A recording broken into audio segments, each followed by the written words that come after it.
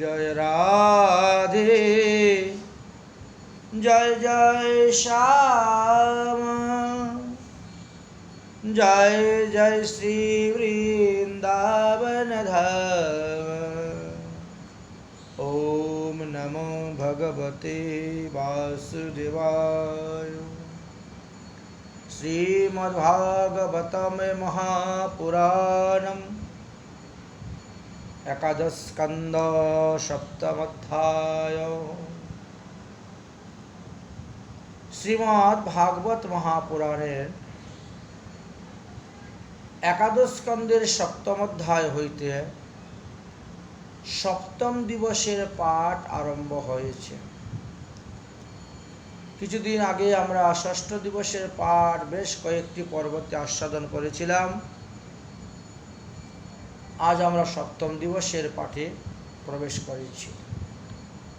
পরমহংস শ্রী শ্রী সুখদেবজি গঙ্গার তটে আসন্ন মৃত্যুগ্রস্ত মহারাজ পরীক্ষিতের সভাতে গিয়ে যেভাবে শ্রীমদ্ ভাগবত সপ্তাহ জ্ঞানযজ্ঞ করেছিলেন, সেই ক্রম অনুসারে আজ তাহার সপ্তম দিবসের বিষয়বস্তু পর্যন্ত আমরা আলোচনা করব।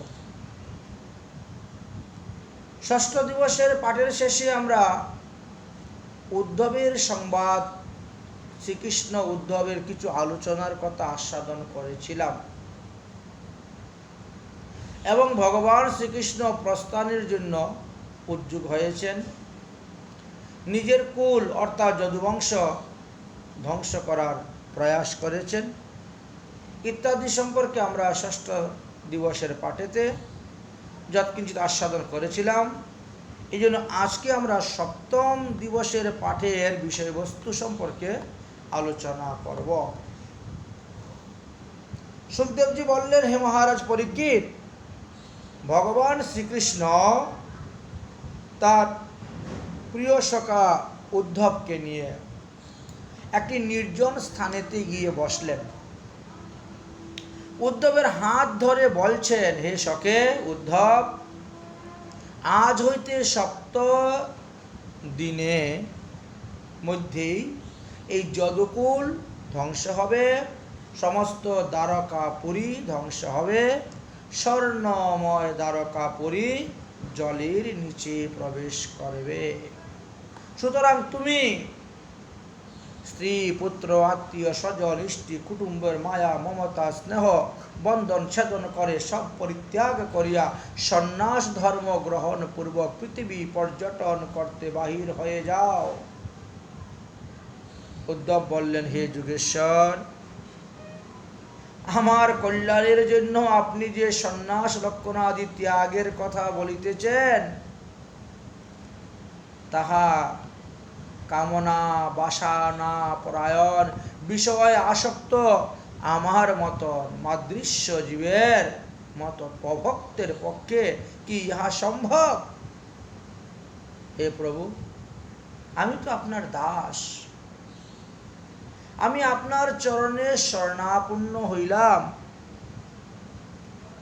যাহাতে অনায়াসে আমি আপনার আদেশ পালন করতে পারি, এইরকম কিছু সৎ উপদেশ আমাকে দান করুন। সংসার মায়াজাল ছিন্ন করিয়া আপনার আদেশ অনুসারে সাধন ভজন করতে পারি, এই রকম আশীর্বাদ আমার মস্তকে হাত দিয়ে অর্পণ করুন এবং আমাকে উপদেশ করুন, আমি কি করব? ভগবান শ্রীকৃষ্ণ বললেন, হে উদ্ধব, শুনো, তুমি এখন যেভাবে আমাকে বলছ সেইভাবে পূর্বকালে আমার যাদব বংশের পূর্বপুরুষগণের মধ্যে অতি আদরণীয় অতি পূজনীয় যদু মহারাজ ছিলেন। তিনি একদা পৃথিবী পর্যটন করতে বেরিয়েছেন।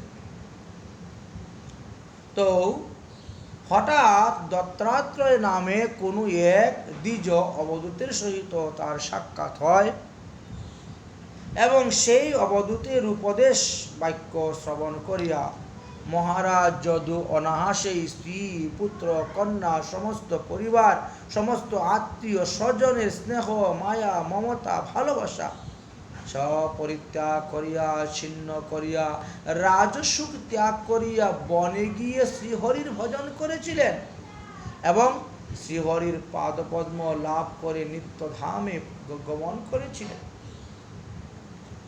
তোমার কল্যাণের জন্য, তোমার হিতের জন্য সেই যদু এবং অবধূত সংবাদ বিষয়ের সেই পুরাতন একটি ইতিহাস কথা আমি তোমাকে বলবো, তুমি সাবধান হয়ে শ্রবণ করো। পরীক্ষিত মহারাজ প্রশ্ন করলেন, হে গুরুদেব, ভগবান শ্রীকৃষ্ণ উদ্ধবকে কেন এই সমস্ত উপদেশ দিতে গেলেন? সুখদেবজি বললেন, ভগবান শ্রীকৃষ্ণ এই প্রকটলীলায় এসে সকল কাজই সম্পূর্ণভাবে করেছিলেন, কিন্তু একটা কাজ তিনার বাকি রয়ে গিয়েছিল।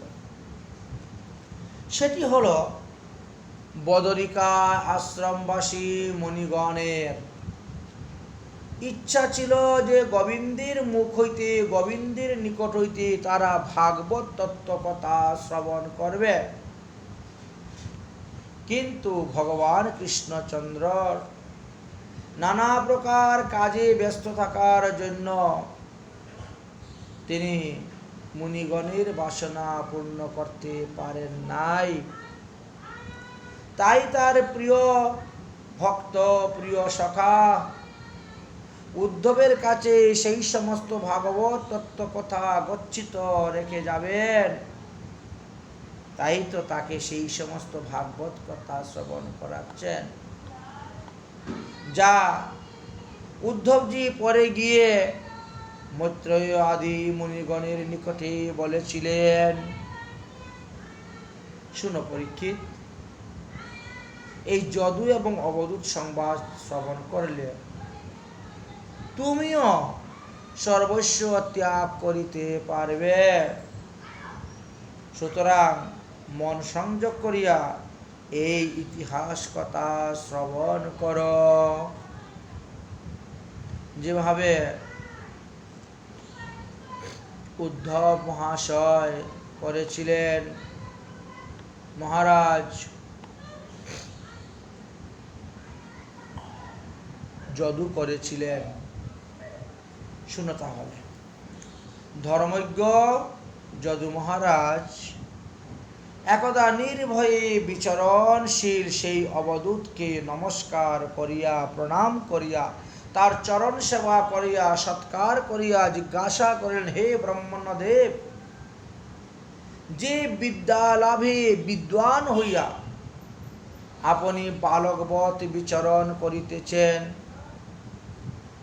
সেই বিদ্যাটি কোন বিদ্যা আমাকে বলুন। সেই বিদ্যা বুদ্ধি আপনার কোথা থেকে আসিয়াছিল সেটাও আপনি বলবেন। আপনি অমৃত ভাষী, সুন্দর কথা বলেন, তবু আপনি সর্বদা জ্বরের মতন থাকেন। আপনার ব্যবহার অত্যন্ত উত্তম, তথাপি আপনি উন্মাদের ন্যায় কিছু করেন না, কিছু বলেন না, বা কোনো বস্তুতে আপনার কোনো অভিলাষ নেই। ইহার কারণটা কি? আপনার স্ত্রী নেই, পুত্র নেই, বাড়ি নেই, গাড়ি নেই, ঘর নেই, বিষয় নেই, তথাপিও আপনি মহাসুখী আছেন। সর্বদাই আপনার মুখের মধ্যে হাসি মাখা, লাবণ্যময়। আপনি এই আনন্দটা কোথা থেকে পাচ্ছেন, তাহা একটু কৃপা করে আপনি আমাকে বলবেন। দত্তাত্রয় নামক অবধূত বললেন, হে রাজন যদু, এই সংসারে আমার বহু শিক্ষাগুরু আছেন। আমি সেই সমস্ত শিক্ষাগুরু হইতে এমন এমন কিছু জ্ঞান লাভ করেছি, যার ফলে আমি মায়ার সংসার হইতে মুক্ত হইয়া আনন্দে পৃথিবী পর্যটন করিতেছি। তাহাদের নাম বলব, আপনি শ্রবণ করুন হে যজাতির তনয়। আমার একজন দুজন নয়, আমার 24 জন শিক্ষা গুরু আছেন।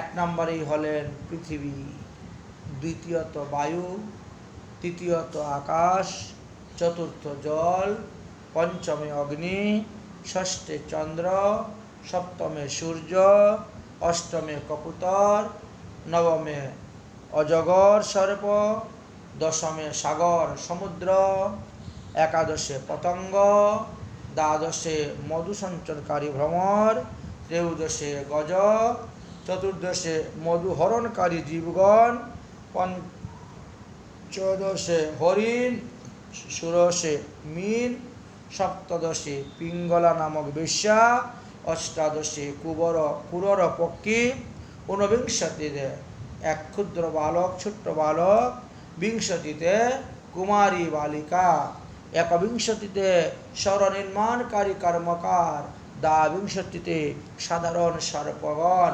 ত্রয়োবিংশতিতে মাকড়সা, আর চতুর্বিংশতিতে কুমারী পোকা বা কাছ পোকা, পুচ্ছৃঙ্গী পোকা যাকে বলা হয়।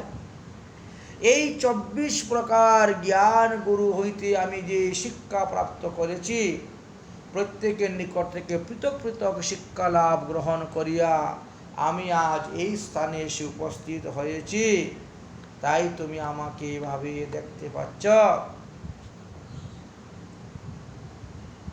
হে যদু, তুমি জানো আমি সর্বপ্রথমে পৃথিবীকে কেন গুরুরূপে বরণ করলাম?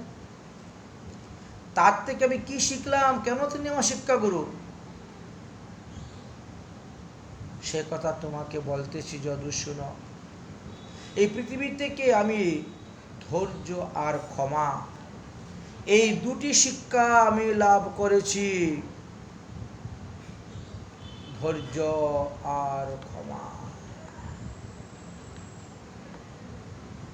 মানুষ ঘুমের থেকে ওঠার পরই দেখেন পৃথিবীর উপর, পর্বতের উপর, বৃক্ষের উপর নানা প্রকার অত্যাচার উৎপাত করেই যাচ্ছে, কিন্তু পৃথিবী দেবী, ভূমি দেবী, বৃক্ষগণ তাদের অত্যাচারের বদলা নিচ্ছে না।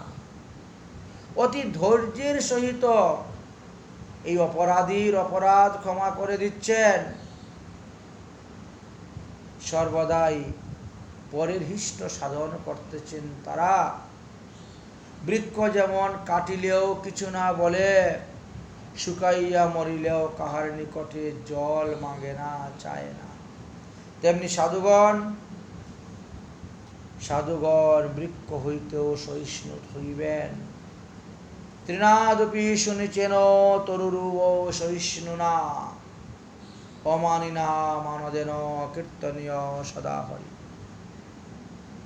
পর্বত হইতে আমরা এই পরোপকারতা শিখেছি, পৃথিবী হইতে এই ক্ষমা শিক্ষা লাভ করেছি, অর্থাৎ অপরের উপকারের জন্য জীবন ধারণ করিবে। হে মহারাজ যদু, তারপরে আমার দ্বিতীয় গুরুদেব হলেন বায়ু, অর্থাৎ বাতাস। আমার শরীরের ভিতরে অবস্থিত যে প্রাণ বায়ু, তাহাকেও শিক্ষা গুরুরূপে গ্রহণ করলাম। যদু বললেন বায়ুর নিকট থেকে কি শিক্ষা লাভ করেছেন? অবধূত বললেন বায়ুর নিকট থেকে আমি অনাসক্ত বিদ্যা লাভ করেছি। বায়ু, আমরা আহার করি, সন্তুষ্ট থাকি, সাধুগণ সেই রূপে যথা লাভের দ্বারা সন্তুষ্ট থাকিবেন। কোনো ইন্দ্রিয়র প্রিয় বস্তুর আকাঙ্ক্ষা করিবেন না। বাতাস যেমন সুগন্ধ দুর্গন্ধ বহন করে নিয়ে চলে, কিন্তু সে গন্ধের সঙ্গে লিপ্ত হয় না, তেমনি বিষয়ে প্রবিষ্ট হইয়াও বাক্য এবং বুদ্ধির দ্বারা সর্বদা অনাসক্ত থাকবে। অর্থাৎ মর্কট বৈরাগ্য না করিও লোক দেখাইয়া যথাযথ বিষয় ভুঞ্জিবে অনাসক্ত হইয়া। এই জন্য তাকে আমি গুরুরূপে বরণ করেছি। দেখো পদ্মপত্র জলে থাকে, কিন্তু তাতে জল লাগে না, গুলগুল হয়ে পড়ে যায় জল থেকে তুললে। তদ্রূপ সংসারে থাকিয়াও, সংসারের সমস্ত কিছু নির্বাহন করিয়াও কিন্তু তাহাতে আসক্ত হইয়া গৃহমেদিনী গৃহমেদ হইবে না। বায়ু যেমন দেহে প্রবেশ করিয়া পুনরায় বাহির হইয়া যায়, দেহের সহিত লিপ্ত থাকে না, সাধু শান্ত মহাত্মা সজ্জনগণ সেইরূপভাবে নানা ধর্মের লোকের সহিত মিলিত হইলেও বায়ুর ন্যায় গুণ দোষ সম্পূর্ণ অশূন্য হইয়া তাদের সহিত নিলিপ্ত থাকিবে। কেবল আপন ইষ্টদেবেরই চিন্তা করিবে। বায়ু খুব তেজে চলে, তাকে চোখে দেখা যায় না, তার পরিচয় করা যায় না, লাল নীল হলুদ সবুজ কিছু বোঝা যায় না। বাতাস চায় না লোক আমাকে চিনুক।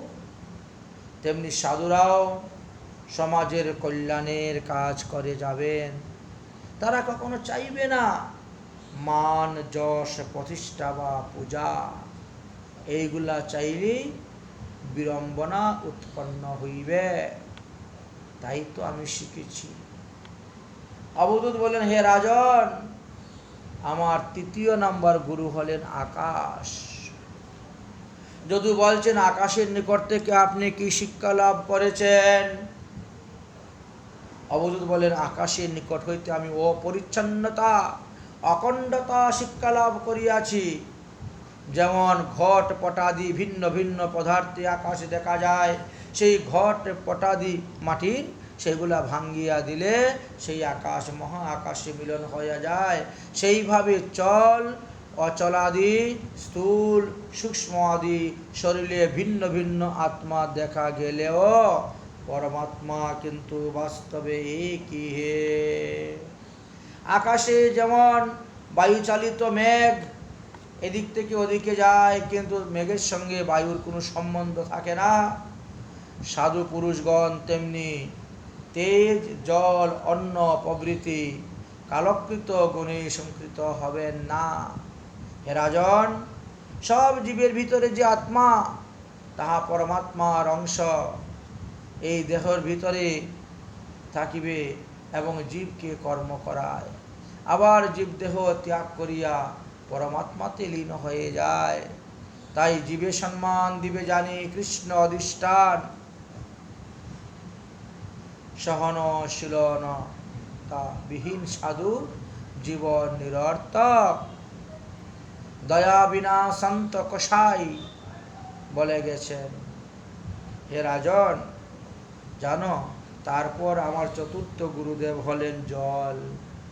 জলকে আমি গুরুরূপে বরণ করেছি। যদু মহারাজ বললেন, জলের নিকট থেকে কি শিক্ষা লাভ করেছেন? অবধূত বললেন, জলের নিকট হইতে নির্মলতা শিক্ষা লাভ করেছি। দেখো, গঙ্গা আদি তীর্থ জল যেমন নির্মল তেমন স্বভাবত স্নিগ্ধ, আবার পান করতেও মধুর। পান করলে, স্নান করলে মানুষ তৃপ্তি লাভ করে, তৃষ্ণা নিবারিত হয়, পবিত্রতা লাভ করে থাকে। তেমনি মুনি ঋষিগণ, সাধু শান্তগণ, মহাত্মাগণ দর্শন পর্শন কীর্তনে জগৎকে এই গঙ্গা জলের ন্যায় পবিত্র করে দিবেন। মুনিগণ শীতল ঠান্ডা ঠান্ডা কথা বলবেন, অনুরাগযুক্ত মধুর আলাপের দ্বারা জীবকে মুগ্ধ করবেন, দর্শনে পবিত্র করে এই সাধুর গুণ। হে রাজন, তারপর আমি পঞ্চম গুরু অগ্নিদেবকে স্বীকার করে নিলাম। যদু বলছেন, অগ্নিদেবের নিকট থেকে আপনি কি শিক্ষা লাভ করেছেন? অবধূত বললেন, আমি অগ্নিদেবের নিকট থেকে তেজের দ্বারা অপবিত্রতা দূর করে দেহে পবিত্রতা অর্জন করার শিক্ষা লাভ করেছি। সেটা আবার কিরকম? দেখো যদু মহারাজ, অগ্নি সর্বভুক্ষ হইয়াও তিনি পবিত্র, তিনি মললিপ্ত হন না বা অপবিত্র হন না। সেই রূপে সাধু শান্ত মুনি ঋষিগণ যথাযোগ্য বিষয় উপভোগ করিয়াও তারা বিষয়ে লুপ্ত হয় না। তারা তপস্যার দ্বারা শক্তি অর্জন করে সেই অপবিত্রতাকে দূর করে দিয়ে সর্বদা পবিত্র থাকেন। যদু বলেন, আচ্ছা তারপর আপনি কাকে গুরু করেছেন? অবধূত বললেন, আমার 6 নম্বর গুরু হলেন চন্দ্রদেব। একই চন্দ্রদেবের নিকট থেকে আপনি কি শিক্ষা লাভ করলেন? অবধূত বললেন, আমি চন্দ্রের নিকট থেকে ক্ষয় এবং বৃদ্ধি এই শিক্ষা লাভ করিয়াছি। অর্থাৎ অব্যক্ত গতির কালের বসে চন্দ্রের যেমন কলার হ্রাস পায় আবার কখনো বৃদ্ধি পায়। তুমি দেখবে কৃষ্ণপক্ষের প্রতিপদ হইতে এক এক কলা করে প্রতিদিন বৃদ্ধি হচ্ছে, আবার শুক্লপক্ষের প্রতিপদ হইতে এক এক কলা করে প্রতিদিন ক্ষয় হয়ে যাচ্ছে। তাই চন্দ্রের এই হ্রাস বৃদ্ধি যে ঘটে, বাস্তবে ওটা চন্দ্রের হ্রাস বৃদ্ধি নয়, ওটা চন্দ্রের কলার হ্রাস বৃদ্ধি হয়। সেই রূপে জন্ম হইতে মৃত্যু পর্যন্ত যে হ্রাস বৃদ্ধি হয়, এটা দেহের, আত্মার নহে। কাল বসে প্রাণীগণ যে জন্মগ্রহণ করে মৃত্যুবরণ করে, তাহাও দেহেরই হয়, আত্মার নহে। আত্মাকে তো আগুনে জ্বালানো যায় না, জলে ভিজানো যায় না, অস্ত্রের দ্বারা কাটানো যায় না। সে যে অজর অমর।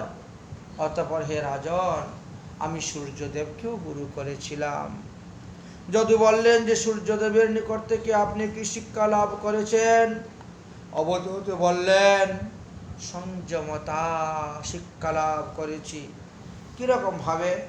দেখো, সূর্য যেমন স্বীয় তেজরাশির দ্বারা পৃথিবী থেকে রস, সাগর থেকে জল আকর্ষণ করিয়া সে নিয়ে যায় বায়ুমণ্ডলে, আবার যথাকালে তাহা বৃষ্টিরূপে পৃথিবীতে প্রত্যাবর্তন করে দেয়, তেমনি সাধু শান্ত মহাত্মা সজ্জনগণ ইন্দ্রিয় সমূহের দ্বারা বিষয় গ্রহণ করলেও, বহুত শিষ্য বাড়িতে গেলে অনেক কিছু দেয়, সেইগুলা গ্রহণ করলেও তারা সেইগুলা নিয়ে আসে আবার তীর্থেই যথার্থ আর্থিগণকে দান করে দেয়, প্রত্যাবর্তন করে দেয়।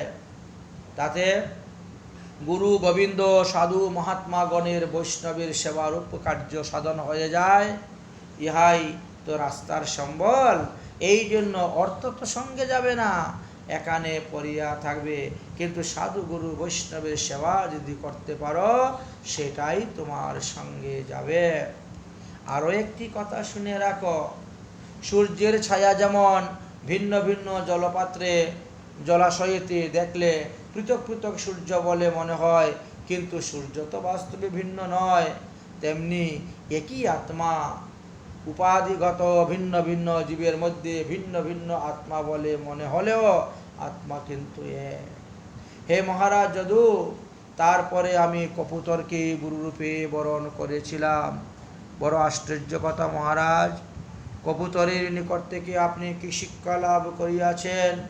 আপনি কৃপা করে আমার নিকটে বর্ণন করুন। অবধূত বললেন, হে মহারাজ যদু, তোমাকে বলিতেছি, সাবধান হয়ে শ্রবণ কর। কবুতরের নিকট থেকে আমি শিক্ষা লাভ করেছি যে কোথায়ও কাহারও সহিত অতি স্নেহের সহিত আসক্তি সহিত আবদ্ধ হইবে না, বেশি আসক্তি সহিত কারু সঙ্গ করবে না, না হলে পরিমাণে দুঃখ পাতে হবে, সন্তাপ ভোগ করতে হবে। যেমন মনে করো, এক বনেতে একটি বৃক্ষের কটুরে এক কবুতর বাস করত। একদিন কোথার থেকে উড়ে এক কবুতরই এসে সেখানে উপস্থিত হলো। তাই দুজনের মধ্যে পরস্পর কথাবার্তা বলতে বলতে প্রেম প্রীতি ভালোবাসার বন্ধনের দ্বারা একে অন্যে আসক্ত হয়ে যায়। কবুতর কবুতরী পরস্পর দৃষ্টির দ্বারা, অঙ্গের দ্বারা, মনের দ্বারা একে অন্যকে বেঁধিয়ে ফেলেছিল। তাহারা শয্যা, আসর, বিচরণ, বার্তালাপ, ক্রিয়া, ভোজন সমস্ত কিছু একসঙ্গেই করতে থাকত। কপুত সহবাস সম্ভাষণ আদির দ্বারা পরিতৃপ্ত হয়েছিল কপতি। তাই কপতি যে যে বস্তু কামনা করিত, ও জিতেন্দ্রিয় কপুতর তাহা অতি কষ্ট হইলেও আনিয়া তাহাকে দিত। এইভাবে বেশ কিছুদিন গত হয়ে গেল। তারপর কপুতি গর্ভবতী হলেন। প্রথম সন্তান সম্ভাবনা দেখা দিল। তাই তিনি নিজের বাসাতে কতগুলা ডিম প্রসব করলেন। যথাকালে সেই ডিম হইতে যখন পক্ষযুক্ত কুমলাঙ্গ শাবকগণ আবির্ভূত উদ্ভূত হলেন, পুত্র বাৎসল্য কপতি সেই শিশু শাবকগণকে দর্শন করে, তাদের কুঞ্জন শব্দ শ্রবণ করে বড় আনন্দিত হইতে লাগলেন। ভগবান বিষ্ণুর মায়ায় মোহিত হয়ে সেই কপতি দম্পতি শিশু সন্তানের লালন পালন করতে লাগলেন। এখন বাচ্চাগুলা ধীরে ধীরে বড় হয়ে গেল। একদিন কপতি শাবকগুলিকে তাদের সঙ্গে নিয়ে আহার আদি সংগ্রহ করার জন্য বনে গেলেন। এদিকে দৈব যুগে এক স্থানে এক ব্যাধ এসে উপস্থিত হলো, আর সে জালের মধ্যে আটা দিয়ে কিছু চাল রেখে দিল। সেই স্থানে সেই জালে কপুতের বাচ্চাগুলা আটকা পড়ে গেল। এদিকে কপতি আহার সংগ্রহ করে এসে দেখলেন জালবদ্ধ নিজ শিশু সন্তানগণকে দর্শন করে তারা কাতর স্বরে কাঁদতে শুরু করলেন। কপুত অত্যন্ত দুঃখিত হইয়া কাতর স্বরে রোদন করতে লাগলেন। ভগবান বিষ্ণুর মায়ায় মোহিত চিত্তা কপতি শাবকগণকে উদ্ধার করার জন্য জ্ঞান শূন্য হইয়া তিনি জালের মধ্যে ঝাঁপ দিয়ে পড়লেন। অমনি তিনি জালের মধ্যে আবদ্ধ হয়ে গেলেন। কপুত তিনার আত্মতুল্য পত্নী এবং শাবকগণকে জালবদ্ধ দর্শন করিয়া তিনিও ক্রন্দন করতে শুরু করলেন, রোদন করতে শুরু করলেন, অনুতাপ করতে শুরু করলেন। হায় হায়, আমার কি দুর্গতি উপস্থিত হলো!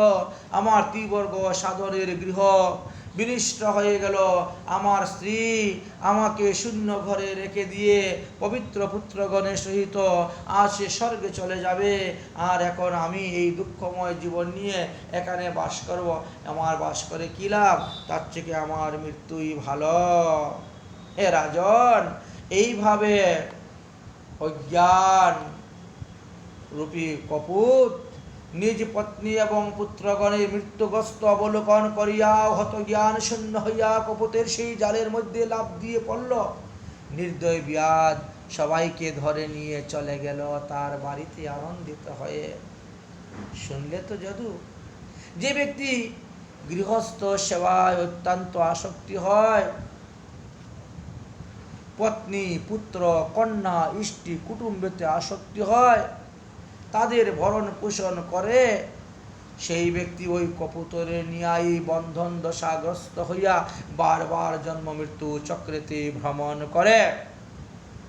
जो প্রাপ্য মনুষ্যং লোকে মুক্তিদ্বারমপাবৃতম, এই মনুষ্য দেহ মুক্তি পাওয়ার একটি সুযোগ, মুক্তির দ্বার স্বরূপ এই মনুষ্য জীবন প্রাপ্ত হইয়াও যারা এই কপুতরের ন্যায় গৃহে আসক্ত হয়ে স্ত্রী পুত্র কন্যার ভালোবাসায় অন্ধ হয়ে গিয়ে তারা নিজের চিন্তা করে না, তাদেরকে আশ্রম ভ্রষ্ট বলিয়া জানিবে।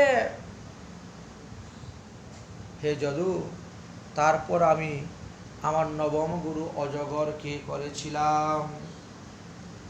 সেই অজগরের নিকট থেকে আমি অনেক শিক্ষা লাভ করেছি, জানো?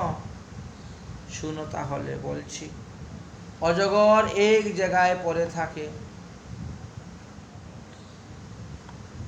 লব্ধ বস্তু যাহা পায় তাহা খেয়ে জীবন নির্বাহ করে।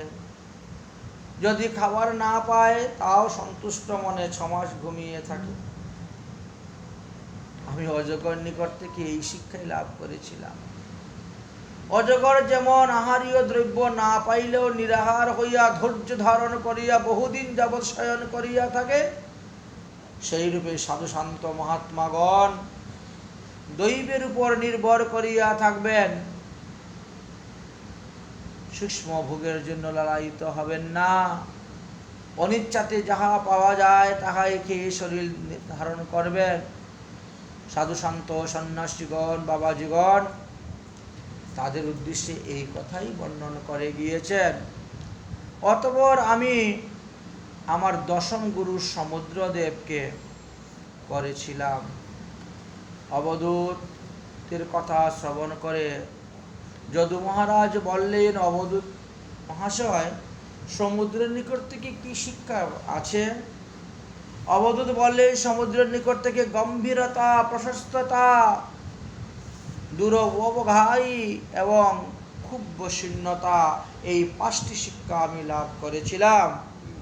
সমুদ্র বা সাগর যেমন বর্ষাকালে নদ নদীর জল এসে এতে প্রবেশ করলেও সে স্ফীত হয় না, আবার গ্রীষ্মকালে সমুদ্রের তেজেতে জল সূক্ষ্ম হয়ে গেলেও সে শুকায় না, বৃষ্টির অভাবে জল সূক্ষ্ম হয় না। এই রূপে যারা নারায়ণ পরায়ণ, ভগবত পরায়ণ, সাধু শান্ত মহাত্মা, তারা কখনো কাহার দ্বারা কিছু প্রাপ্ত হইলে তারা অতি স্পৃহা বোধ করবেন না। একই ঈশ্বরের প্রতি তারা নিষ্ঠা রাখিবেন। সমৃদ্ধি লাভে স্পৃত এবং তাহার অভাবে ক্ষুব্ধ দুঃখ, এই দুটাই করবেন না। সুখ দুঃখ সমচিত্তা হয়ে থাকবেন। এই শিক্ষাটা সমুদ্রের নিকট থেকে আমি শিখেছিলাম। তারপরে আমার 11 নম্বর গুরু হলেন একটি পতঙ্গ। আপনি এত বড় একজন মহাত্মা হয়ে একজন পতঙ্গকে গুরু করলেন? বাবারে, ওর কাছ থেকে তো আমার শিক্ষার অনেক কিছু আছে। শুনো, পতঙ্গর নিকট থেকে কি শিক্ষা করছে জানো? উত্তম বস্তু, সুন্দর বস্তুর প্রতি প্রলোভিত হবে না। এই শিক্ষাটাই পতঙ্গের নিকট থেকে শিখেছি। দেখবে রাত্রিবেলা যদি তুমি কোথায় অগ্নি প্রজ্বলন করো, তা আশেপাশে যত কীট পতঙ্গ আছে এরা সবাই উড়ে আসবে, কারণ অগ্নিটা দেখতে লাল, খুব সুন্দর। সেই অগ্নিশিখা দর্শনে মুগ্ধ হয়ে তারা অগ্নির পাশে এসে এদিক ওদিক ঘুরতে ঘুরতে সেই অজিতেন্দ্রিয় সেই পতঙ্গগণ মনে করে যে ওর ভিতরে প্রবেশ করলে না জানি আরো কত আনন্দ পাবো, কত সুখ পাবো। তার যেই ভিতরে প্রবেশ হলো এমনি জলে পড়ে মারা গেল। ঠিক তেমনি ভাবে যে সমস্ত অজিতেন্দ্রিয় ব্যক্তিগণ আছেন, তারা নারীগণের রূপ, যৌবন, বস্ত্র, অলঙ্কার আদির দ্বারা ভূষিত সেই মায়ারূপিণী নারীকে অবলোকন করিয়া মুগ্ধ হইয়া তাদের ফাঁদে পড়ে জীবনের মূল্যবান আয়ু বিনাশ হয়ে যায়, নষ্ট হয়ে যায়। অন্তিমে অন্ধকারময় নরকেতেই তারা পতিত হয়ে থাকে। হে যদু মহারাজ, তারপরে আমি আমার 12 নম্বর গুরু করেছিলাম একটা মৌমাছিকে। মধুকর মৌমাছি, মধু সঞ্চয়কারী। তার কাছে কেন কাকে গুরুরূপে বর্ণনা করছি জানেন? ওর কাছ থেকে শিখেছি যে প্রয়োজনের বেশি যদি সঞ্চয় করা যায় তাহলে নিজের প্রাণও যাবে, ধনও যাবে। যতটুকু প্রয়োজন ততটুকু যদি গ্রহণ করো তাহলে এর থেকে কোনো উপাধি সৃষ্টি হবে না। মানুষের ক্ষেত্রেও অর্থ হইতে আর অনর্থ উৎপন্ন হবে না। এই শিক্ষায় আমি মধু সঞ্চয়কারী মৌমাছির নিকট থেকে শিখেছিলাম। মধুকর নিজে না খেয়ে শুধু খালি মধু সঞ্চয় করে, কিন্তু শেষ পর্যন্ত কি হয়? মধু সঞ্চয়কারী লোকগুলো আসে, তারপরে তাদেরকে মেরে তাড়িয়ে ভাগিয়ে সব মধু নিয়ে পালিয়ে যায়। তাহলে সেই ধন কোন কাজে লাগলো? ধন মানুষ সংগ্রহ করার আগে বিপদে কাজে লাগানোর জন্য, কিন্তু সেই ধন থেকে বিপদ উৎপন্ন হয়। তাই মধুকর যেমন ছোট বড় সকল ফুল হইতে সার সংগ্রহ করে, বুদ্ধিমান ব্যক্তিগণ ক্ষুদ্র এবং বৃহৎ সর্বশাস্ত্র পড়বে, অনুশীলন করবে এবং প্রতিটা শাস্ত্র থেকে তার সার সংগ্রহ করে তিনি সেইভাবে চলবেন, সেইভাবে গ্রহণ করবেন। হে যদু মহারাজ, তারপরে আমি একটা ভ্রমরকে গুরু করেছিলাম। ভ্রমরের নিকট থেকে আপনি কি শিক্ষা লাভ করেছেন? বলে 2টা শিক্ষা লাভ করেছি।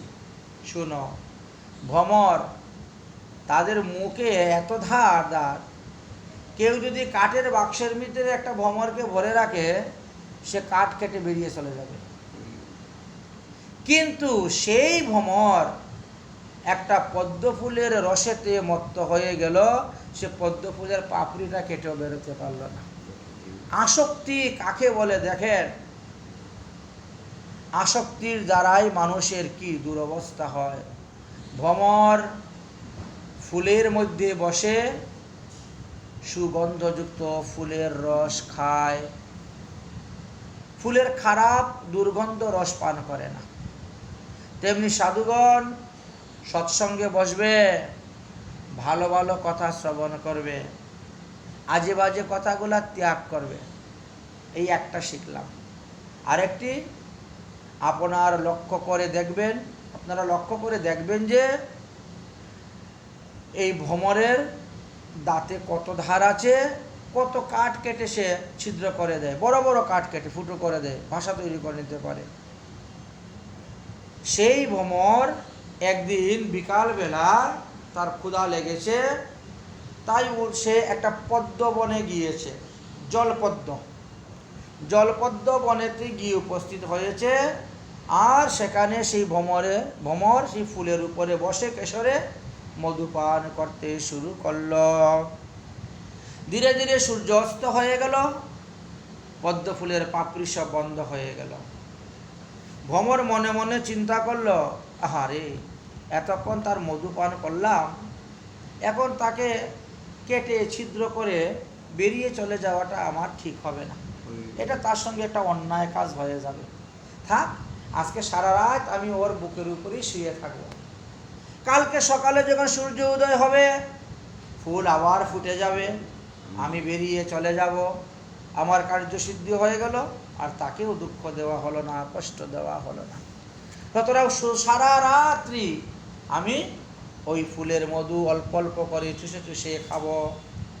এইভাবে চিন্তা করে তিনি ওই পদ্ম ফুলটা কেটে আর বের হলেন না, ওর মধ্যে ঘুমিয়ে আছেন। দৈবক্রমে রাত্রিবেলা কিছু হাতি নেমে গেল। ওরা পদ্ম ফুলের পাতা পাপড়ি সহ সব খেতে শুরু করেছে।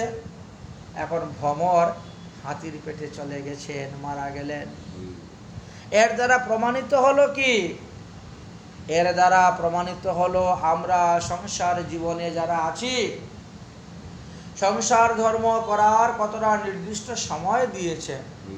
আপনি 24 বছর পর্যন্ত ব্রহ্মচর্য পালন করেন, 24 থেকে 40 বছর 50 বছর আপনি গৃহস্থ আশ্রমে থাকেন, 50 থেকে 60-এ বানপ্রস্থে চলে যান, এবং 60-এর পরে আপনি সন্ন্যাসে গমন করুন। কিন্তু যদি আপনি মনে করেন আমি চলে গেলে আমার স্ত্রীর কি অবস্থা হবে, আমার নাতিপুতিকে কে বিয়ে দিবে, তাহলে আপনি ভুল করলেন। ওই পদ্ম ফুলের মতনই ওই সংসারের মধ্যে আবদ্ধ হয়ে আপনাকেও মরতে হবে। তাই আমি এই ভ্রমরকে গুরু করেছিলাম। আমার 14 নম্বর গুরু কথা তোমাকে বলি, আমি একটি হাতিকে গুরু করেছিলাম। হাতি বড়ই কামুক ও স্ত্রী সঙ্গ স্পর্শ সঙ্গ বড় আনন্দ প্রাপ্ত হয়। তাই এই হাতির নিকট থেকে আমি এই শিক্ষা লাভ করেছি যে স্ত্রী সঙ্গ আসক্তির সহিত করিবে না, একমাত্র সন্তান প্রাপ্তির জন্যই স্ত্রী সঙ্গটা বিধিত আছে। শুনো, একজন মাহুত হস্তি ধরার জন্য বনে গমন করেছে। জঙ্গলের মধ্যে বিরাট বড় একটা গর্ত করেছে, অনেক গভীর, বাঁশ দিয়ে উপরে দিয়ে মাটি দিয়ে চড়াটি দিয়ে তৈরি করে শুলা দিয়ে একটা কৃত্রিম হস্তিনী তৈরি করেছে। সুন্দরভাবে রং করে রেখে দিয়ে দূরে থেকে সে হস্তিনীর মতন ডাকতে শুরু করেছে। বনের পশু হস্তি, সে মনে করেছে যে ওই হস্তিনী আমাকে ডাকতেছে, সে সন্তান প্রাপ্তির জন্য। তাই ওই বলবান হস্তিটা কি করছে, দৌড়ে হস্তিনীর কাছে যেই এসেছে, এমনি হুড়মুড় করে সব কিছু ভেঙে গর্তের মধ্যে পড়ে গেল। এখন সেই মাহুত ওকে সেখানে না খাইয়ে রেখে রেখে দুর্বল করে অল্প অল্প খাবার দে, অল্প অল্প শিক্ষা দে, করতে করতে তার অধীন করে নিয়ে নিল হাতিটাকে। ঠিক তেমনিভাবে যারা ইন্দ্রিয়কে সংযম করতে পারে না, তারা এই হস্তির মতনই ভবকূপের মধ্যে পড়িয়া আবদ্ধ হয়ে বিনাশপ্রাপ্ত হয়। তাই সাধু শান্ত সন্ন্যাসীগণ সংসাররূপ অন্ধকূপ হইতে সাবধান থাকিবেন। নাদিগচ্ছে স্ত্রিয়াং প্রাপ্যম, সাধু সন্ন্যাসীগণ কখনো দারুমহী যুবতীকেও পাদ দ্বারা স্পর্শ করিবেন না। কারণ বলবান ইন্দ্রিয়, সে যে কখন কি করে বলা যায় না। বলবান ইন্দ্রিয় রাম বিদ্যাংশমপি কর্ষতি, বড় বড় বিদ্বানদেরকেও তলিয়ে ফেলে দিয়েছে। তাই পুরুষের চাইতে নারীদের তো এমনিই সর্বদিকে বেশি, অতএব সাবধান। এইভাবে তিনি তিনার 14 নং গুরুর কথা বললেন। তারপরে বললেন যে আমার 15 নম্বর গুরু হলেন একটি হরিণ। একই মহারাজ, হরিণের নিকট থেকে আপনি কি শিক্ষা লাভ করেছেন? বললেন যে গ্রাম্য গীত না শুনিবে। এবার কেমন কথা, হরিণের নিকট থেকে? বলে দেখেন, যারা হরিণ শিকার করে বিয়াতগুলা, তারা কি করে গাছের উপর চুপচাপ বসে থাকে আর তীর্যক বাঁশি বাজায়। বাঁশির সুরে হরিণ খুব আকৃষ্ট। বাঁশির সুর শুনলে পরেই হরিণ কি করে এক স্থানে দাঁড়িয়ে কান খাড়া করে শুনবে। আহা, কি সুন্দর মধুর সুর ভেসে আসতেছে, কোন দিক থেকে আসতেছে? ওই দিক থেকে। তখন তারা স্থির ধীর হয়ে যায়, আর ওই সুযোগে বিয়াত তাদেরকে বধ করতে পারে।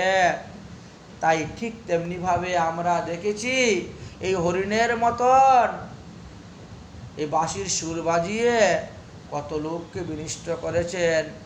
যেমন এই জন্য রমণীগণের গুহ্য কথা গ্রাম্য গীতাদি শ্রবণ করতে নাই। তপস্বী ঋষ্যশৃঙ্গ মুনি, তিনিও ওই গ্রাম্য গীত শুনতে শুনতে সেই যুবতী রমণীগণের ক্রিয়ার পুতুল হয়ে গিয়েছিলেন। সুতরাং ব্রহ্মচারী সাধু সন্ন্যাসীরা কখনো গ্রাম্য গীতাদি শুনবে না, তাতে মন দিবে না।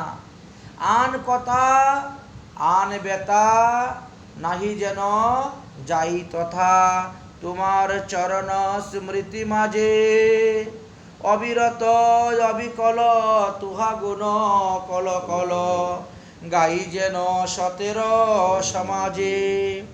তাই আন কথা না শুনিব, আন কথা না বলিব, সকলই কহিব পরমার্থ, প্রার্থনা করিব সদা লালসায় অবিষ্ট কথা, ইহা বিনু সকলই অনর্থ।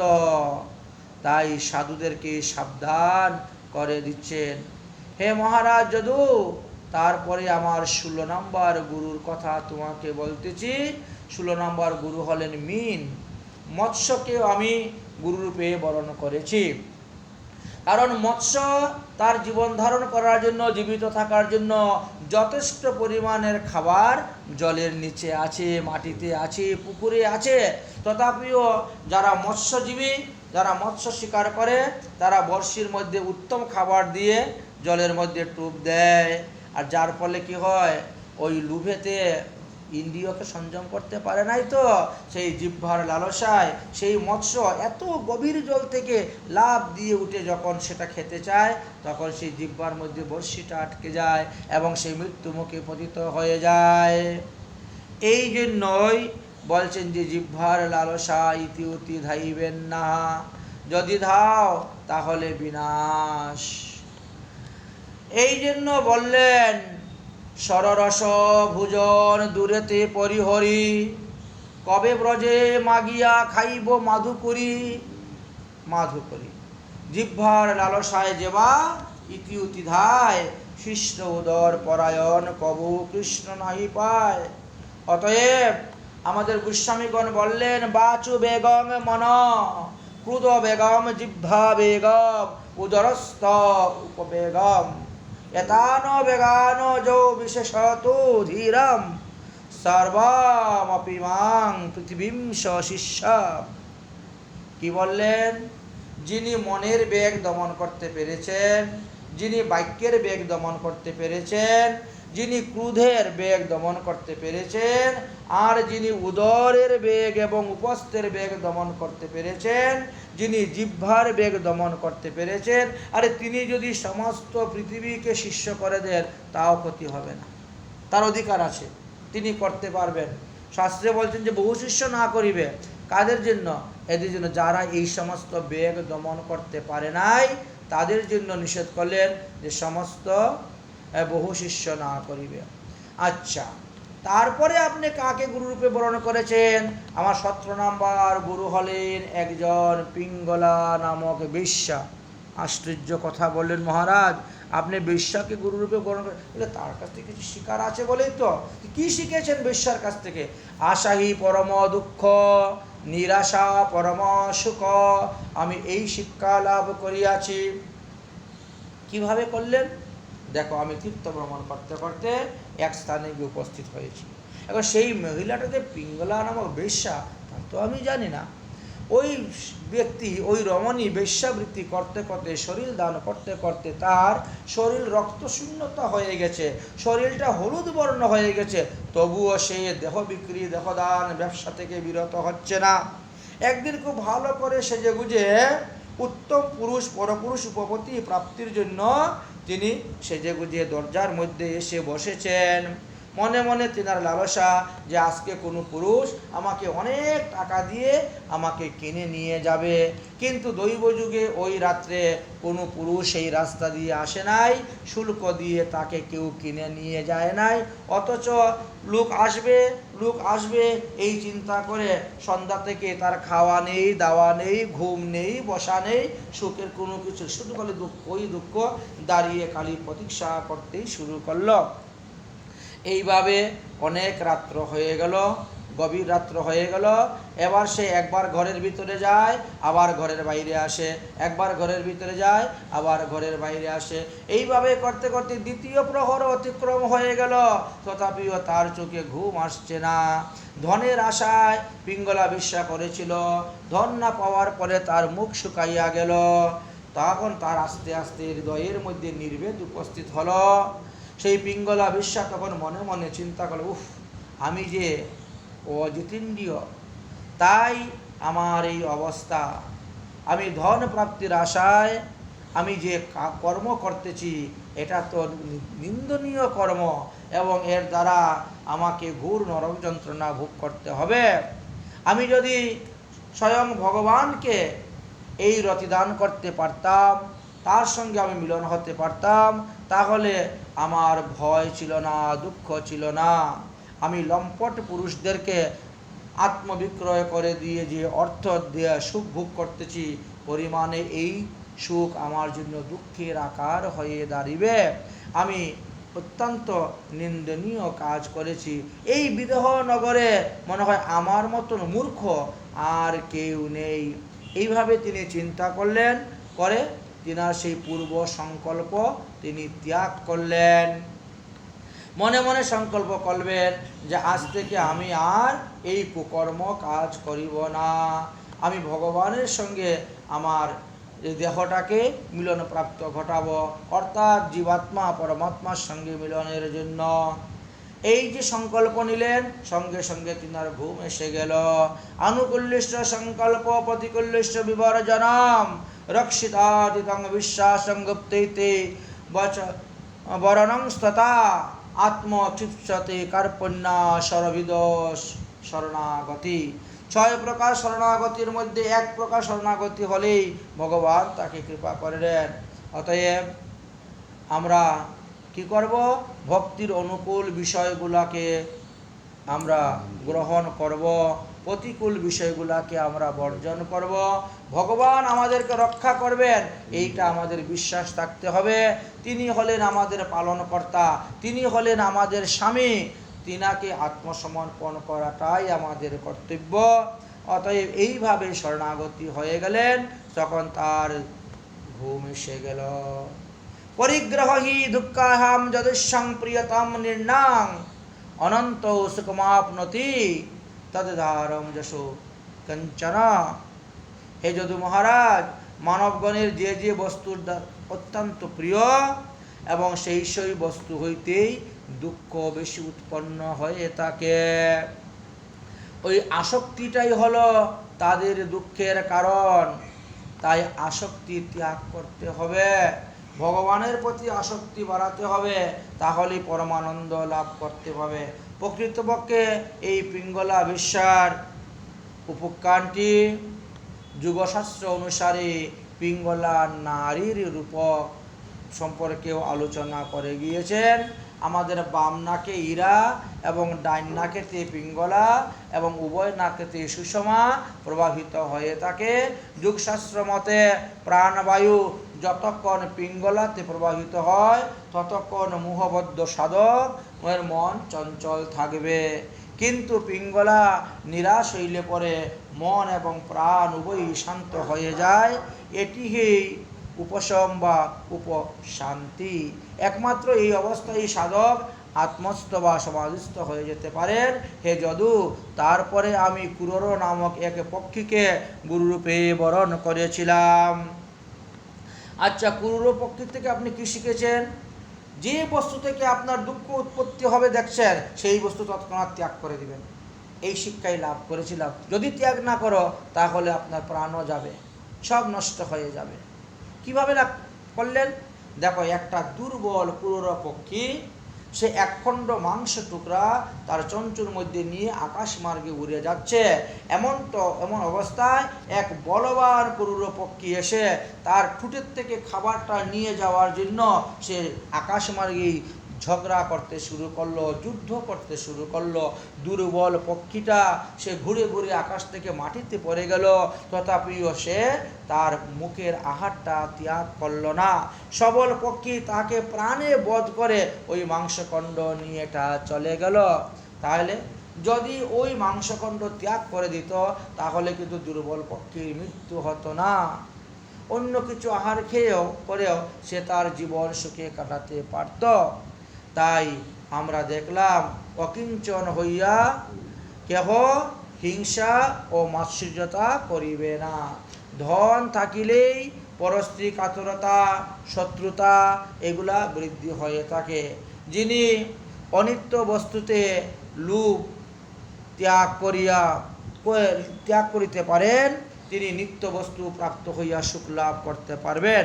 হে যদু, তারপর আমি একটি বালককে গুরুরূপে বরণ করেছিলাম।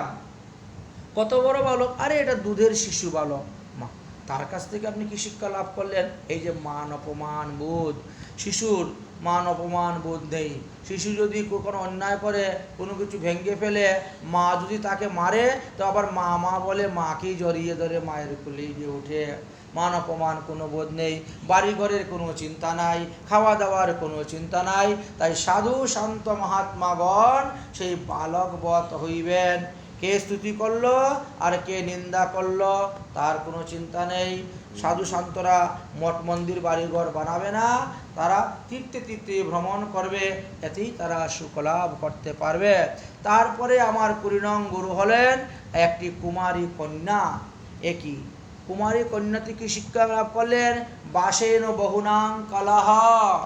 একসঙ্গে বেশি লোক থাকলে পরে সবসময় ঝগড়াঝাটি, বাদ বিসংবাদ লেগেই থাকবে, মন কষাকষি চলতেই থাকবে। এই শিক্ষাই লাভ করেছি। তাই সাধু শান্তগণ একসঙ্গে বেশি জন থাকলে ভজন হয় না। একদিন এক গৃহস্থ তার পুত্রের ছেলের বিবাহ দিবে বলে কন্যা দেখার জন্য বেরিয়েছে। ঘুরতে ঘুরতে এক গ্রামে গিয়েছে, উপযুক্ত কন্যা একটি দেখতে পেয়ে সেই বাড়িতে উপস্থিত হয়েছে। কিন্তু ওই কন্যার মাতা পিতা ভ্রাতা পরিজনগণ কেউ গৃহে ছিলেন না। তারা গিয়ে যখন উঠেছে, সেই কুমারী কন্যা তাদেরকে সৎকার করে বসালো। এবার রান্না করতে গিয়ে দেখে ঘরে চাউল নেই। তাই তিনি উদককুলোতে ধান কুড়তে গিয়েছেন মুসুলের দ্বারা।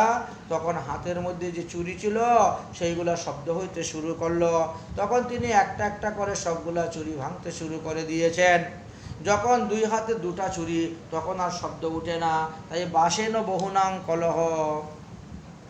অধিকার কথা কি বলবো, দুইজন লোক এক জায়গায় থাকলেও কথাবার্তা চলে, এতে শান্তিমত সুর ভালো করে ভজন হয় না। তাই সাধু সর্বদাই রমতে রাম, একা অবস্থান করবেন, একা ভজন করবেন। সাধু সঙ্গ ভক্তি লাভ করার এই একটা উপায় আছে। হে যদু, তারপর আমি স্বনির্মিত কামারকে গুরুরূপে বরণ করেছিলাম। কারণ কামারের একটি স্বর তৈরি করতেছে, তার মন প্রাণ তন ধ্যান সব কিছু ওই স্বরের মধ্যে ছিল।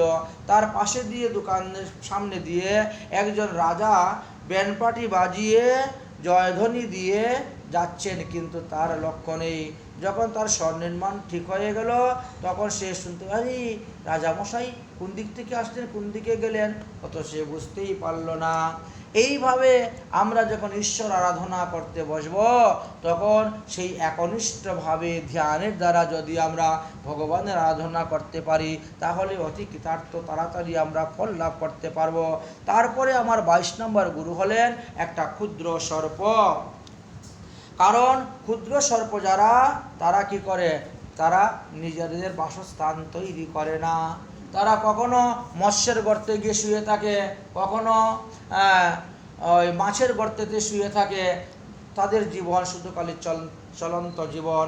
ক্ষুধা লাগলো, সামনে যা পালো খেয়ে নিল, ঘুম আসলো, যেখানে গর্তে পারলো শুয়ে পড়লো, এইভাবে তারা চলতে থাকে। তাই সাধুশান্ত মহাত্মাগণ তারা এইভাবেই চলতে থাকবেন। যদি মঠ মন্দির আদি তৈরি করা হয়, তাহলে তাদের মায়া আসক্ত হওয়ার কারণে ওই আর তীর্থ ভ্রমণ আদি করতে পারেন না।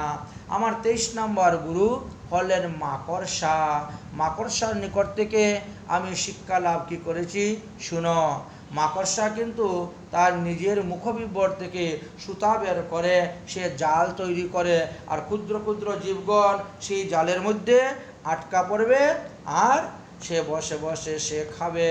তাই মানুষও স্ত্রী পুত্র আত্মীয় স্বজন ইষ্টি কুটুম্বের দ্বারা তারা ব্যবসা বাণিজ্য চাকরি বাকরি আদি মানে বৃদ্ধকালে বসে বসে খাবার জন্য চতুর্দিকে জাল পেতে, কিন্তু শেষ পর্যন্ত সেই জালের মধ্যে পড়েই তারা মারা যায়, আর উত্তম গতি লাভ বেরোতে পারে না।